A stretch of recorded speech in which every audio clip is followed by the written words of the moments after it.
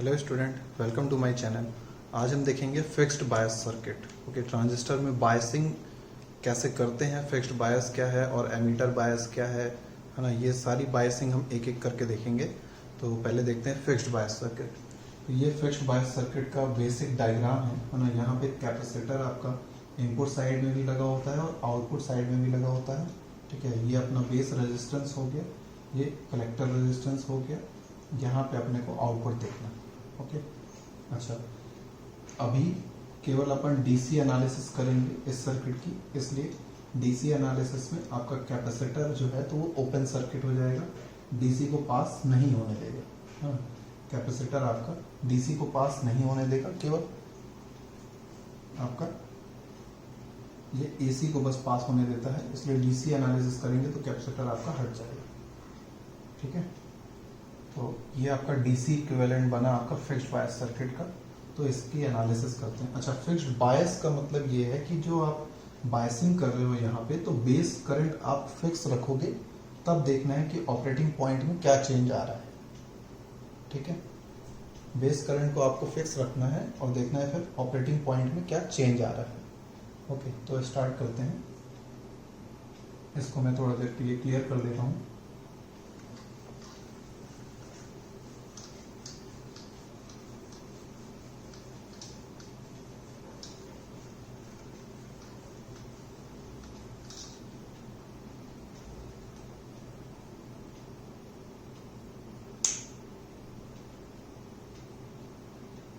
तो यहाँ पे अगर हम अभी केवल इनपुट साइड की बात करें, तो ये अपना इनपुट साइड हुआ, ये जो टर्मिनल यहाँ से लेके VCC से लेके यहाँ तक जो कनेक्ट है, ऊपर पे VCC जो कनेक्ट था तो दोनों तरफ VCC ही जाएगा, तो इसलिए इसको अपन डिवाइड भी कर सकते हैं, है ना। तो ये अपना इनपुट साइड हुआ, यहाँ से लेके यहाँ तक ये पूरा इनपुट साइड हुआ और ये यहाँ पे ये आउटपुट साइड हुआ। ओके, तो KVL अप्लाई करते हैं।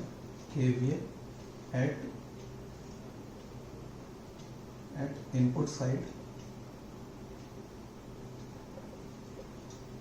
इनपुट साइड में KVL अप्लाई करो।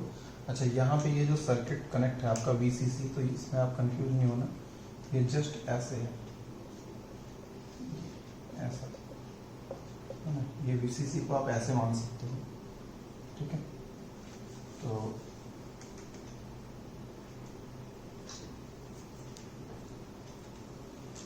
इसको देखते हैं। तो यहाँ पे KVL आप अप्लाई करोगे तो VCC current higher to lower minus IBRB minus VBE। Okay, ये हुई आपकी इक्वेशन। यहाँ पे अगर बेस करंट आप निकालोगे, बेस करंट निकालोगे तो वो हो जाएगा VCC minus VBE divide by RB। Fixed bias circuit में आपका जो बेस करंट होगा तो वो इस फॉर्मेट में कैलकुलेट किया जाएगा। ठीक है, अच्छा, यहाँ पे VCC and VBE are constant, ये कांस्टेंट है ये दोनों। ठीक है, तो RB sets the base current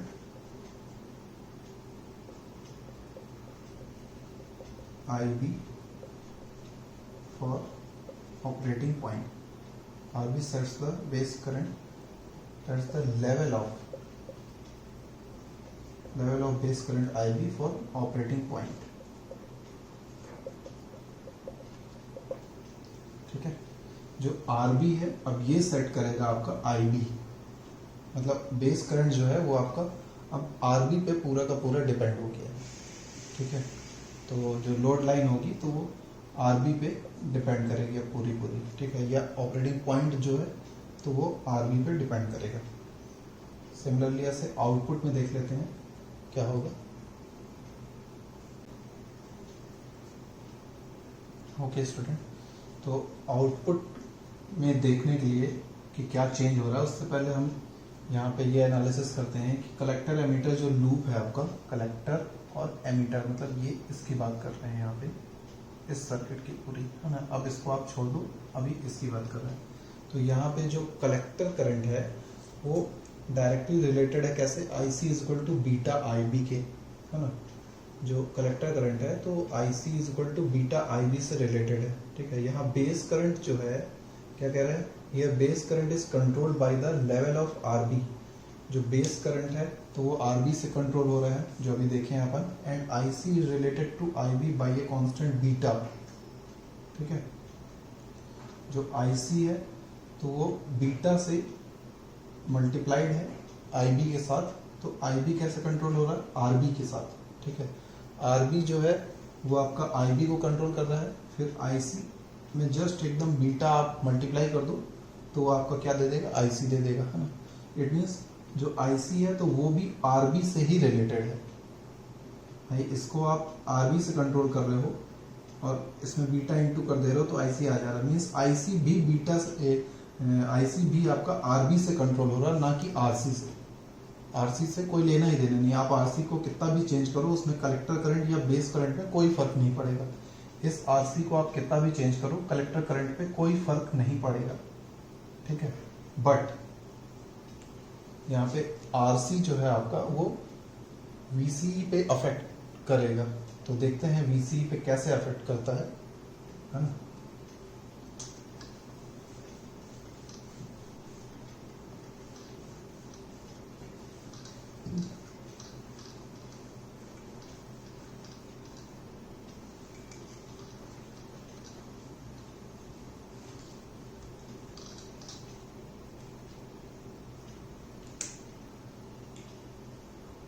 तो यहाँ पे आर सी को आप कितना भी चेंज कर रहे थे तो आई सी आपका और आई बी दोनों पे कोई इफेक्ट नहीं कर रहा था, है ना, ट्रांजिस्टर आपका एक्टिव रीजन में ही रह रहा था, बट ये वीसी को अफेक्ट कर रहा है।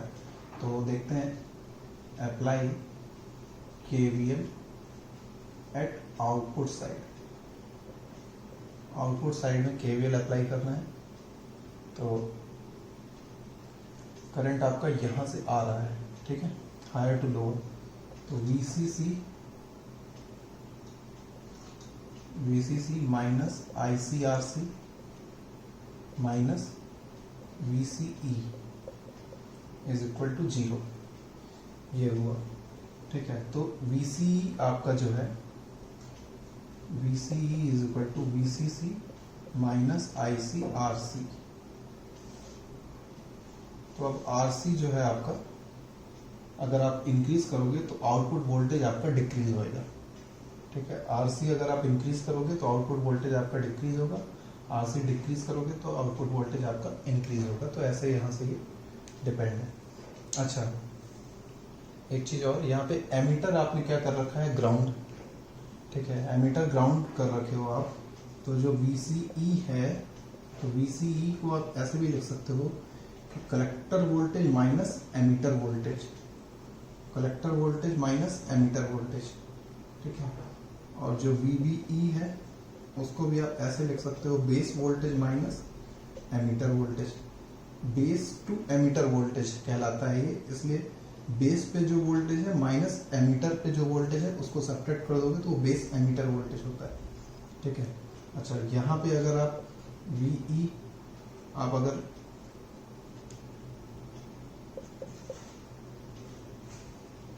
VCE जब VE इज इक्वल टू 0 है तो कितना हो जाएगा, VC हो जाएगा। सिमिलरली यहाँ पे अगर VE 0 करोगे तो VBE कितना हो जाएगा आपका, VB हो जाएगा, ओके। तो ये आपका क्या कहलाएगा, VC, कलेक्टर वोल्टेज भी इसको कह सकते हो, VC is equal to VCC minus ICRC, ठीक है।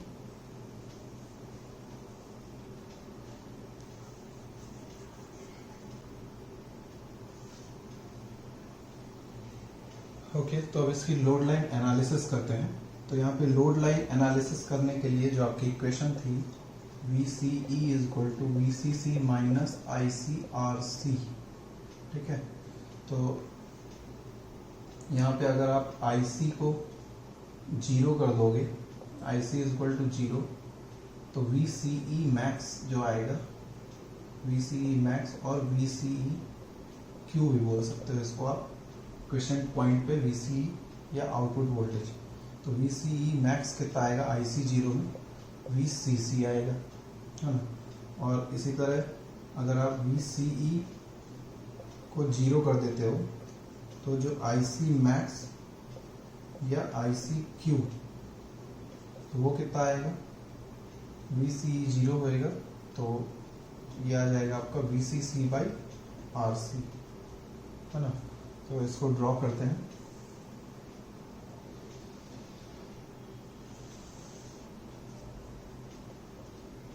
ये हुआ IC और ये हो गया VCE, ठीक है। तो ये base current suppose IB is equal to 10 micro ampere है, ठीक है। फिर यहाँ पे आपने इंक्रीज किया IB 20 माइक्रो एम्पियर, ये 30 माइक्रो, 40 माइक्रो, 50, 60, ठीक है। इस पॉइंट और इस पॉइंट को मिला दें, ओके। तो ये सपोज आपका ऑपरेटिंग पॉइंट है, ठीक है। और ये पॉइंट कितना कहलाएगा, यहाँ पे एक्स एक्सिस 0 है, 0, VCC/RC। और ये पॉइंट क्या रहेगा, यहाँ पे y 0 है तो VCC, 0। ये आपका लोड लाइन हुआ और ये हुआ क्यू पॉइंट या ऑपरेटिंग पॉइंट। इसको क्या बोलेंगे, क्यू पॉइंट।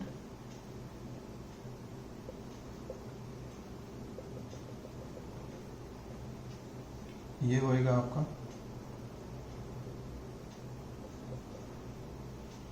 VCEQ,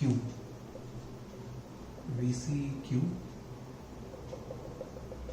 और ये होएगा ICQ, ठीक है। क्वेश्चन पॉइंट, इनपुट वोल्टेज,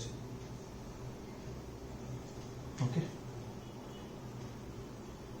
अच्छा, अब जैसे कि मैंने पहले ही बताया था लोड लाइन एनालिसिस के टाइम पे कि अगर आप RC को इंक्रीज करते हो तो आपका स्लोप डिक्रीज होएगा, ठीक है। अच्छा, ये 10 माइक्रो एम्पियर हुआ, ये IB इज इक्वल टू, पहले यहाँ पे है क्यू पॉइंट, फिर आपने IB इंक्रीज किया तो क्यू पॉइंट यहाँ गया, फिर और इंक्रीज किया तो यहाँ, फिर और इंक्रीज किया यहाँ, ऐसे बढ़ता गया, है ना। तो IB 20 micro ampere, IB 30 micro ampere, IB 40 micro ampere, IB 50 और IB आपका 60 माइक्रो एम्पियर, ठीक है। तो यहाँ पे अगर आप IB को इंक्रीज करते जा रहे हो, IB को अगर आप इंक्रीज करते जा रहे हो तो हो क्या रहा है, पहले क्यू पॉइंट आपका इधर पे था, फिर इधर पे आया, फिर इधर पे आया, इधर पे आया, इधर पे आया, है ना। ये लाइन ऐसे ड्रॉ कर सकते हैं। ये फर्स्ट ये क्या, सेकंड ये था, थर्ड ये, फोर्थ ये, फिफ्थ ये। मीन्स IB अगर आप इंक्रीज कर रहे हो तो क्यू पॉइंट आपका शिफ्ट हो रहा है ऊपर। IB आप जैसे जैसे इंक्रीज करते जा रहे हो, यहाँ पे ये IB आप अगर इंक्रीज कर रहे हो तो क्यू पॉइंट आपका ऊपर शिफ्ट हो रहा है ना। इसी तरह अगर आप VCC की वैल्यू को अगर इंक्रीज करोगे या डिक्रीज करोगे, अभी यहाँ पे मान लो ये ज़्यादा ऊपर बना हुआ है, VCC की वैल्यू को अगर आप डिक्रीज करोगे तो पहला ये था, VCC डिक्रीज होएगा तो इधर शिफ्ट हो जाएगा कर्व आपका, ठीक है। ये 0, VCC/RC, VCC1, 0, VCC2/RC, 0, VCC3/RC।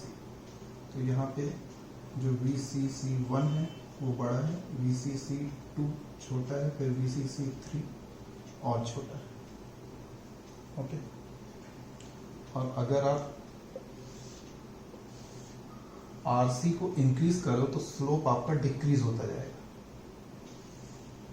RC अगर आप इंक्रीज कर रहे हो, स्लोप जो है यहाँ पे तो वो कितना है -1/RC। आरसी अगर आप इंक्रीज करो तो स्लोप आपका डिक्रीज हो जाएगा। सॉरी, थोड़ा गलत हो गया।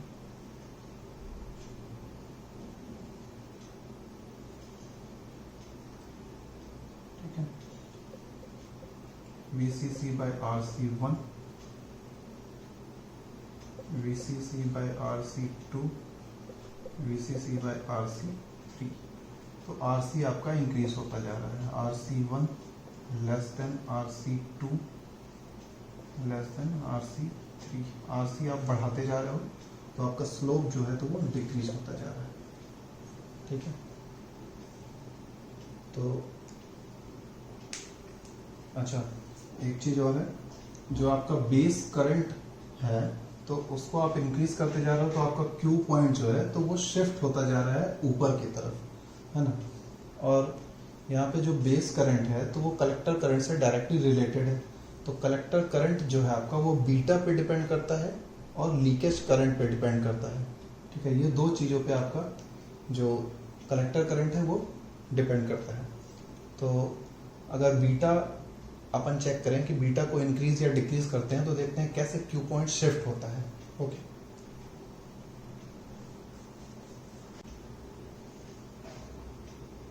ओके स्टूडेंट, तो यहाँ पे ये तीन वैल्यू हम ले लिए हैं। आरसी जो है तो 1.5 किलो ओम है, वीसीसी 10 वोल्ट है और आईबी आपका 30 माइक्रो एम्पियर है। ठीक है, तो यहाँ पे देखिए आईबी फिक्स है आपका, बट बीटा अगर चेंज होएगा तो फिर भी आपका क्यू पॉइंट जो है तो वो शिफ्ट करेगा इधर उधर, है ना। फिक्स्ड बायस में आप बेस करंट को फिक्स रखते हो, लेकिन इसके बावजूद भी आपका जो क्यू पॉइंट है वो शिफ्ट होता है। ठीक है, क्यों शिफ्ट होता है? बीटा की वजह से। बीटा सपोज आपने लिया यहाँ पे 100, ठीक है, तो आईसी जो आएगा आपका, IC is equal to beta IB आएगा। तो ये 100 इंटू 30 इंटू 10⁻⁻6 एम्पियर, इसको ऐसे भी लिख सकते हो। ठीक है, तो ये आएगा आपका 3 मिली एम्पियर। आईसी जो आ गया आपका 3 मिली एम्पियर आ गया। ठीक है, तो VCE जो है तो VCC माइनस आईसी आरसी। ठीक है, VCC कितना है 10 minus IC 3 into 10⁻³ into RC 1.5 into 10⁻3। तो इसको सॉल्व करोगे तो कितना आएगा आपका 5.5 वोल्ट। तो VCE कितना आ गया 5.5 वोल्ट। तो सपोज ये 5.5 है, ठीक है, और ये आपका अच्छा IB आपने लिया है 30 माइक्रो एम्पियर। ठीक है, तो इसको मान लेते हैं इस पॉइंट को।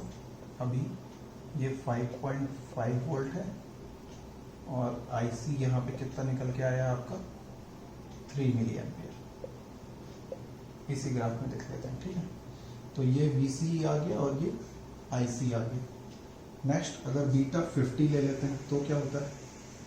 बीटा अगर 50 ले लोगे तो IC is equal to beta IB, तो 50 इंटू 30 इंटू 10⁻⁻6 एम्पियर। तो इसको अगर सॉल्व करोगे आप तो IC आ जाएगा कितना 1.5 मिली एम्पियर। ओके, और VCE आपका आएगा VCC माइनस IC RC। तो VCC 10 है, IC आ गया 1.5 इंटू 10⁻⁻3 और RC 1.5 इंटू 10⁻3। तो ये दोनों तो कैंसिल आउट हो जाएंगे। ये 2.25 आया तो 10 में से 2.25 गया तो 7.75 वोल्ट। ओके, तो ये और आगे चला गया, लगभग यहाँ पे आ गया, है ना। इधर पे ले लेता हूँ, ये 7.75 हो गया, फिर ये कट ऑफ में चला गया बेसिकली, और ये कितना है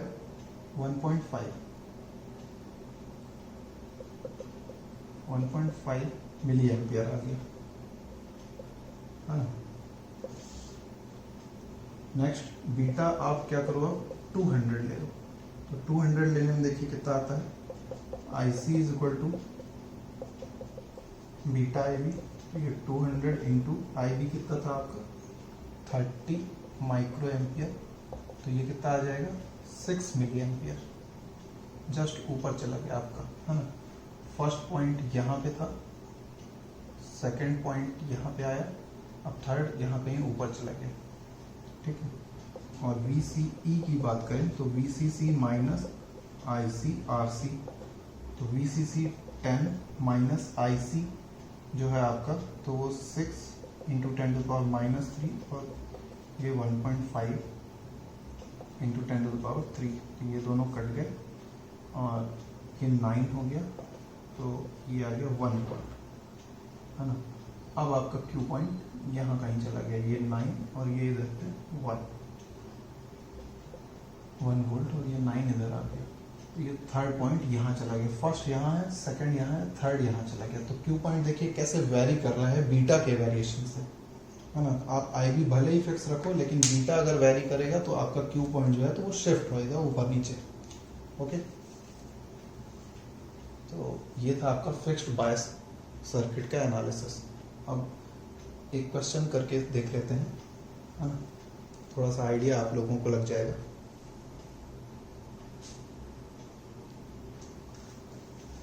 तो ये है अपना क्वेश्चन, यहाँ पे आपको output characteristic with load line दिया हुआ है, ये सारी वैल्यूज हैं, Q पॉइंट ऑलरेडी डिफाइंड है कि यहीं पे है।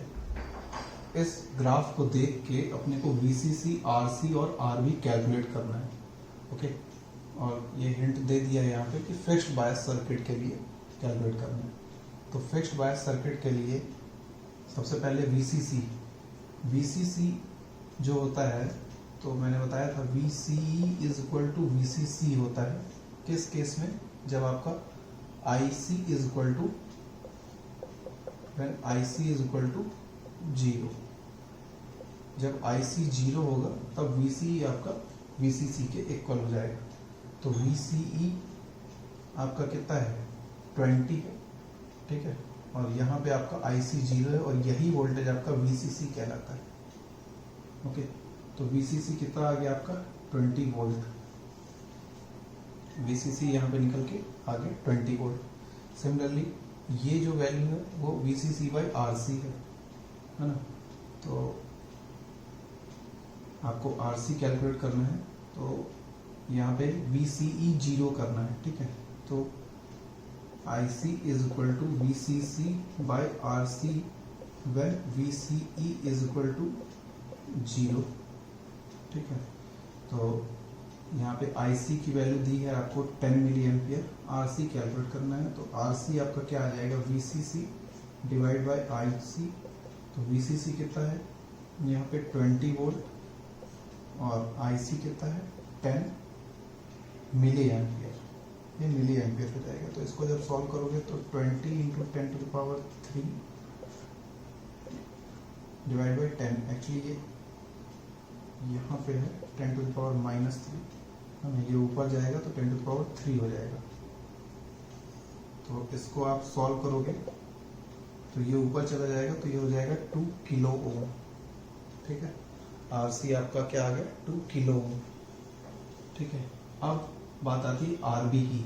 RB कैसे कैलकुलेट करोगे आप, तो आपको अगर इनपुट वाला सर्किट याद हो, जो मैंने बताया था कि ऐसे करके फिर यहाँ पे ये RB था, फिर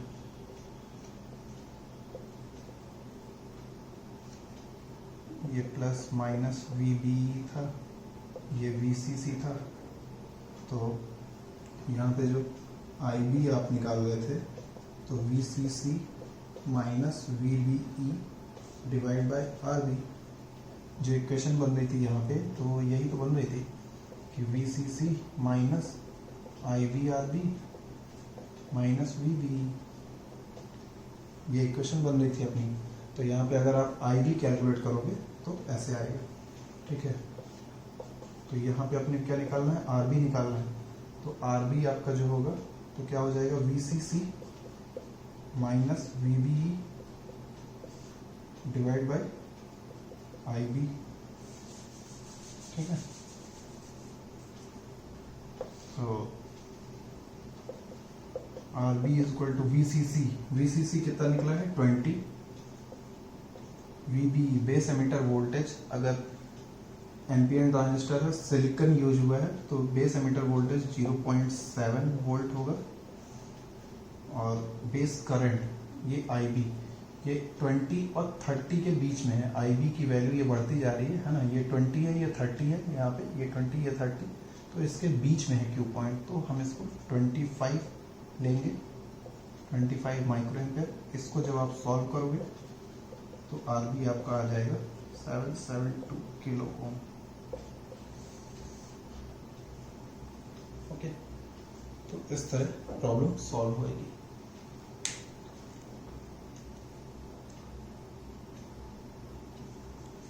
ठीक है, तो एक क्वेश्चन और कर लेते हैं छोटा सा।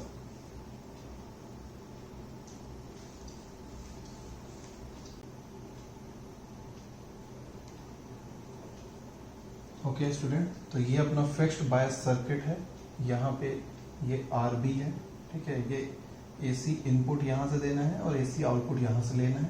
ठीक है, बट जो क्वेश्चन है, जो भी क्वेश्चन में पूछा है, ये चारों पैरामीटर, तो ये इंडिकेट कर रहा है कि यहाँ पे डीसी बायसिंग आपको एज्यूम करके चलना है ना। इस कैपेसिटर का कोई यूज नहीं है यहाँ पे।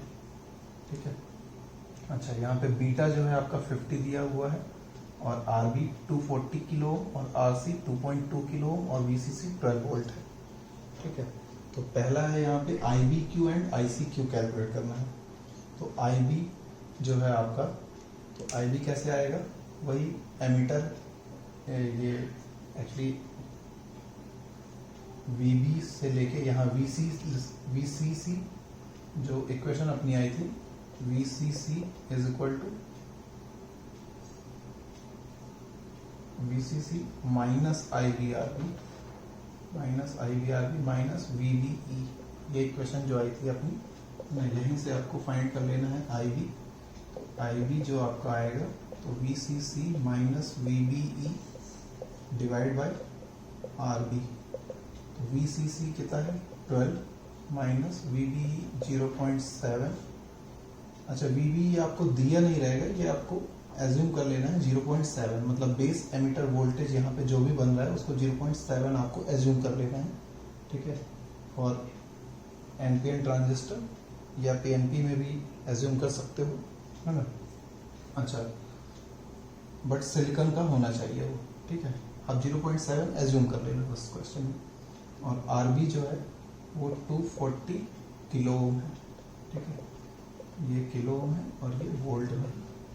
तो इसको जब आप सॉल्व करोगे आईबी, तो ये आ जाएगा आपका 47.08 माइक्रो एम्पियर, 47.08 माइक्रो एम्पियर। ठीक है, सिमिलरली आईसी जो है, तो वो IC is equal to beta IB.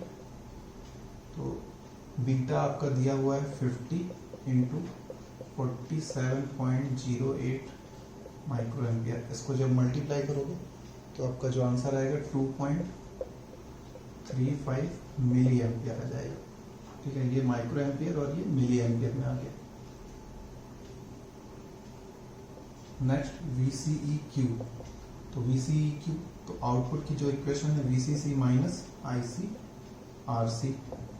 VCC 12 volt हो गया, माइनस आईसी आपका कितना 2.35 into 10 to power -3 into RC आपका कितना है 2.2 kilo ohm, 2.2 into 10 to power 3। तो इसको जब आप सॉल्व करोगे तो 6.83 वोल्ट आएगा। VCQ जो आ गया आपका 6.83 वोल्ट आ गया यहाँ पे। ठीक है, तो ये दो चीज आ गई आपकी, आईबी और ये आईसी भी आ गया आपका। ठीक है, आईबी आ गया, आईसी आ गया और VCQ आ गया। Next VB and VC। अच्छा, जो VB एंड VC था, ये आपका ए क्वेश्चन में था, ये B एंड देन C।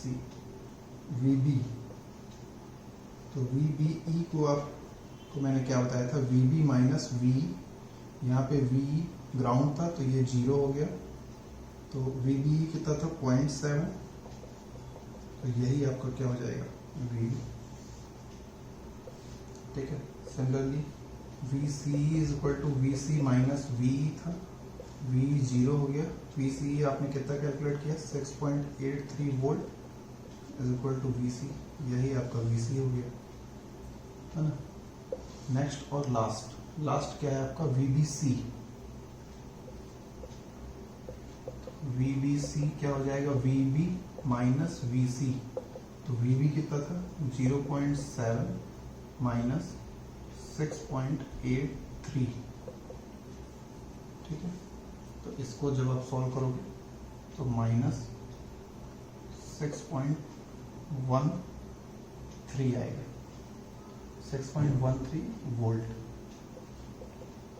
ये नेगेटिव साइन क्या रिप्रेजेंट कर रहा है, ये नेगेटिव साइन रिप्रेजेंट कर रहा है कि बेस टू कलेक्टर जो भी आप बायसिंग करोगे वो रिवर्स बायसिंग होगी। ठीक है, बेस टू कलेक्टर आप जो भी बायसिंग करोगे वो रिवर्स बायसिंग होगी। ओके, तो इस तरह फिक्स्ड बायस की प्रॉब्लम को सॉल्व करते हैं। यहाँ पे आप केवल 2 इक्वेशन याद रखो जो बहुत जरूरी है, एक तो IB कैसे कैलकुलेट करते हैं और दूसरा ये VCE कैसे कैलकुलेट करते हैं। ठीक है, ओके, थैंक यू।